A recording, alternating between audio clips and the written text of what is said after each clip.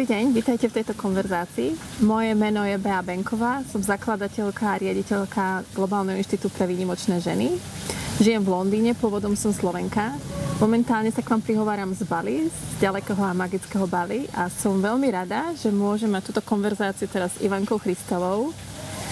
Ivanka, ahoj. Ahoj.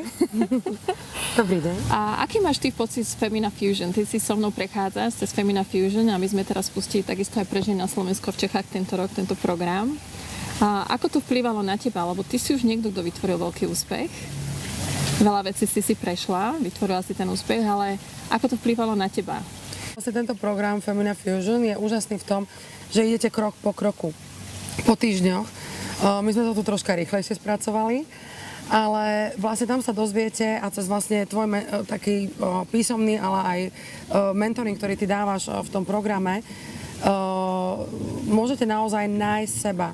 To znamená naozaj, kto som. Že zabudnúť na to, že áno, ale ja som dobrá matka, a som dobrá manželka, a som úžasná vo svojej práci a podávam výkony, ale som veľmi unavená a ja nemám čas na seba. Nie. Zastaviť sa.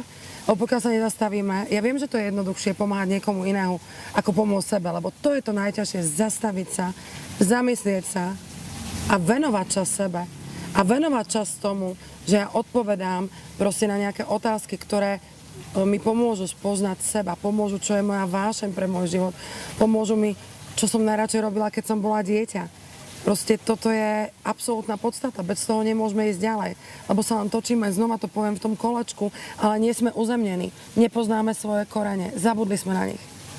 A možno, že ma baví byť pekárkou a piesť koláčiky a proste toto je proste niečo, čo ma bude naplňať a preto budem úspešná, ako robiť v banke pri okienku napríklad, áno, a vydávať peniaze alebo niečo iné.